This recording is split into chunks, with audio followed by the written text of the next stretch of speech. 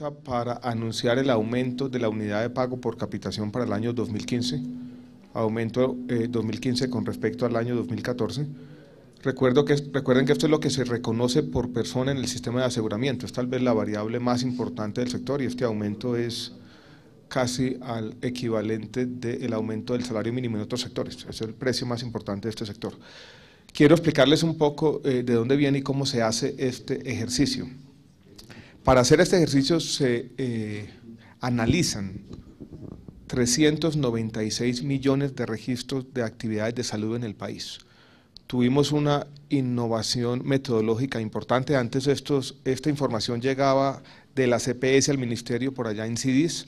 Por primera vez tenemos la información transmitida en línea con unas mallas de validación importantes y con unos ejercicios que nosotros llamamos detección de anomalías, para que si hay datos que no corresponden a tendencias más o menos razonables sean eliminados de la base de datos y podamos trabajar con la mejor información posible. Pero quiero llamarles la atención sobre la cifra, 396 millones de registros. De esos, por ejemplo, 215 millones corresponden a procedimientos médicos. Esta información es información del año 2013. Nosotros utilizamos la información del año 2013, la extrapolamos con una metodología técnica para fijar el valor del año 2015, o sea, hay un rezago. Tenemos que trabajar con la información de 2013 para fijar la de 2005, hecha la extrapolación correspondiente. Trabajamos con una inflación proyectada para el año entrante del 3%. Con todo esto, con la información de los cientos de millones de registros, con la información de los precios de esas actividades en salud, tanto de los procedimientos, de los insumos, de los medicamentos y todas las actividades domiciliarias y ambulatorias, y la inflación proyectada, vamos a fijar el aumento de la UPC para los regímenes subsidiado y contributivo para el año entrante en 6,06%. Ese va a ser el aumento. La nueva UPC del contributivo está en promedio por los lados de 630.000 pesos por persona y la del régimen subsidiado en 563.000. Repito, un aumento del 6,06% de la UPC para el año 2015, que nos lleva a una UPC del contributivo de 630.000 pesos que se pagan por afiliado en promedio y en el régimen subsidiado 563.000 pesos que vamos a pagar por afiliado en promedio. Ayer también discutimos la posibilidad y la decisión la vamos a tomar la semana entrante, de avanzar de manera decidida en la igualación de las UPC entre los regímenes subsidiado y contributivo. Un poco de antecedentes, los planes de beneficios se igualan en el año 2011, pero todavía persiste una brecha en lo que se llama las primas puras entre las UPC de los dos regímenes, subsidiado y contributivo. En particular, la del subsidiado es 91% actualmente la del contributivo. Vamos a igualar las UPC de los regímenes subsidiado y contributivo en 4 ciudades, como una prueba piloto, en las 4 principales ciudades del país, Bogotá, Medellín, Cali y Barranquilla. Los elementos específicos de esta prueba piloto los estaremos anunciando por allá dentro de 10 días, después de hacer los análisis técnicos correspondientes. Yo creo que esto es importante y nos va a seguir digámoslo de esta manera, yo creo que nos va a seguir sustentando la recuperación financiera del sector con las medidas que hemos venido tomando y con este aumento importante de la UPC. Yo creo que el año entrante va a ser un año donde vamos a comenzar a dejar atrás, decir de una vez por todas es difícil, pero dejar atrás muchos de los problemas financieros del sector. En el fondo yo creo que es un aumento importante y es una buena noticia para todos, EPS, prestadores, laboratorios, sobre todo para la gente, porque, vuelvo y repito, con estos recursos importantes, los problemas financieros del sector ojalá queden atrás. Hemos venido en los últimos meses, sobre todo en noviembre y diciembre, complementando ese tipo de medidas financieras con uno importante y quisiéramos darle algunos datos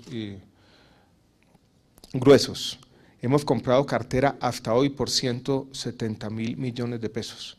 Hoy vamos a hacer una compra de cartera adicional por 150.000 millones de pesos y eso nos puede llevar a decir que cumplimos con creces los compromisos que habíamos hecho con muchos de los prestadores, con la CPS y con otros agentes del sector. O sea, vamos a comprar cartera noviembre y diciembre por un valor superior a los 300.000 millones de pesos. Eso nos va a llevar, o nos puede llevar a decir que financieramente este sector va a terminar con el pie derecho. Y yo creo que muchos de los temores que tenían muchos prestadores de problemas financieros hacia final del año van a quedar atrás. De pronto no vamos a ser capaces de satisfacer todas las pretensiones que tenían en compra de cartera, pero la compra de cartera que estamos haciendo es muy superior incluso a lo que habíamos anunciado las semanas previas. Yo creo que eso es todo. Quedamos abiertos entonces a las preguntas. No hay mucho, ¿cierto?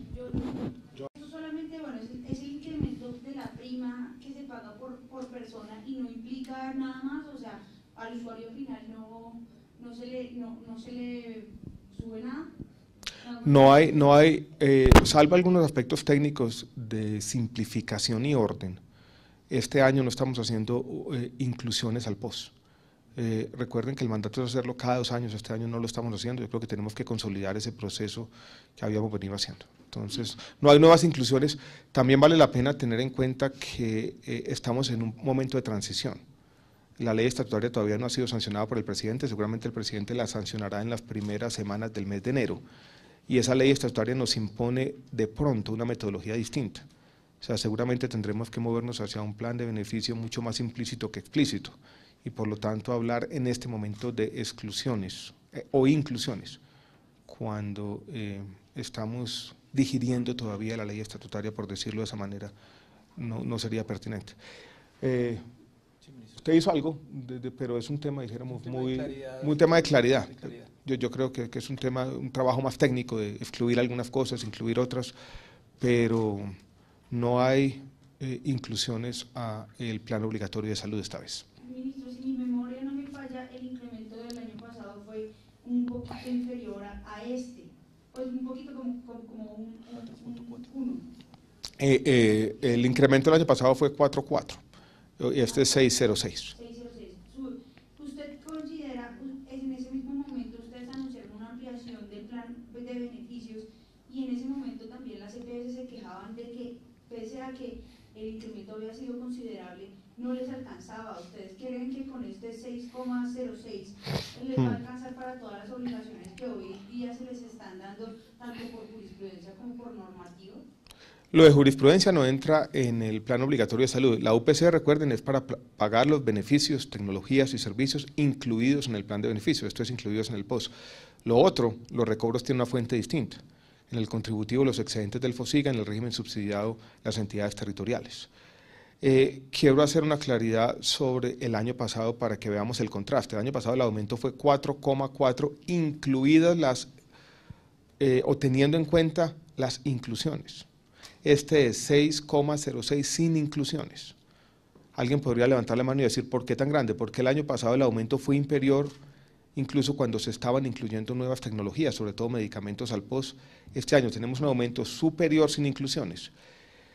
La razón de ese aumento sustancial sin inclusiones tiene que ver con un aumento importante observado en procedimientos, sobre todo en hospitalización en 2 rubros, ayudas diagnósticas y consultas.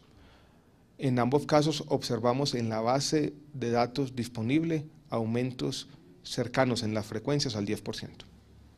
Última, ustedes también manejan el tema de la UPC diferencial tanto para algunas regiones como para ciertas personas, viejitos y menores. ¿Este aumento va para estas también? Este aumento es el aumento promedio. Este aumento recoge diferencias entre grupos etarios. Por ejemplo, se paga mucho más para los niños entre 0 y 1 año de edad que para los jóvenes entre 18 y 19 y se paga más también para las personas que tienen 60, 70 años. Eso está incluido aquí, pero este es el aumento promedio. Si hay 2 anuncios que quisiéramos hacer sobre decisiones que se tomaron en semanas previas y que de pronto no habíamos anunciado en su momento. Hay por primera vez una UPC diferencial para población indígena. La Dirección de Beneficios, Costos y Tarifas hizo un análisis de esas actividades que hacen las EPS indígenas y que de pronto nosotros teníamos que remunerar, una pretensión antigua de más de una década, y decidimos pagar adicionalmente a las EPS indígenas 3,04% de lo que es la UPC. Eso también está incluido aquí.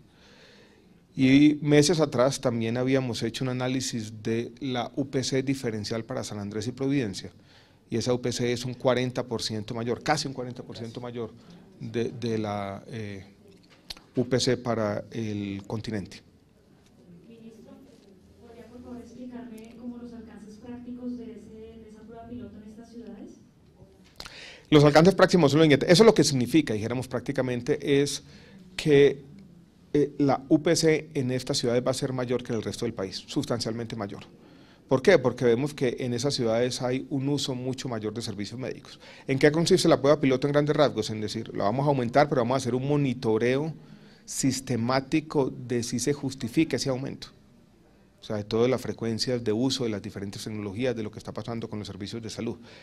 ¿De dónde viene esto? Para ser bastante franco, nosotros hemos tenido a lo largo del año quejas de algunas de las EPS del régimen subsidiado en las principales ciudades, por ejemplo, en Sanar, que opera en el suroccidente colombiano, pero tiene una gran operación en Cali, Sabia Salud en Medellín, Capital Salud en Bogotá. Estas son 3 EPS del régimen subsidiado muy importantes con operación concentrada en grandes ciudades. Capital Salud en Bogotá, Sabia Salud en Medellín, en Sanar en Cali. Estas 3 EPS, que son en general EPS buenas, decentes podríamos decirlo así, han acumulado pérdidas muy grandes que pueden estar originadas, esto habría que mirarlo, en que no hemos cerrado la brecha entre esa UPC. Por eso se justifica la prueba piloto, para comprobar esa hipótesis, pero en términos prácticos lo que significa es que la UPC en Bogotá, Medellín, Cali y Barranquilla va a ser mayor, van a recibir mayores recursos estas EPS, eso va a sustentar su operación financiera, eso les va a permitir, entre otras cosas, que cumplan con sus obligaciones con el sector hospitalario público y privado.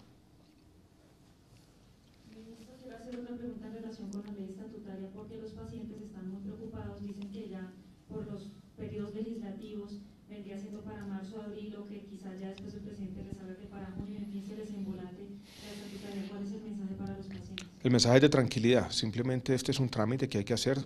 La Corte el viernes anterior expidió un auto donde se corrige el error que se había cometido, es un error formal en la transcripción del texto. La Corte envía el nuevo texto al Congreso, el Congreso hace una revisión adicional, esperemos que en enero el Congreso remita la ley estatutaria para sanción presidencial, en su momento se tomará la decisión. Creo que esos temores de decir que nos vamos a esperar hasta junio no tienen sentido. ¿Estamos listos o qué? Listo. Gracias. Todos por un nuevo país. Paz, equidad, educación.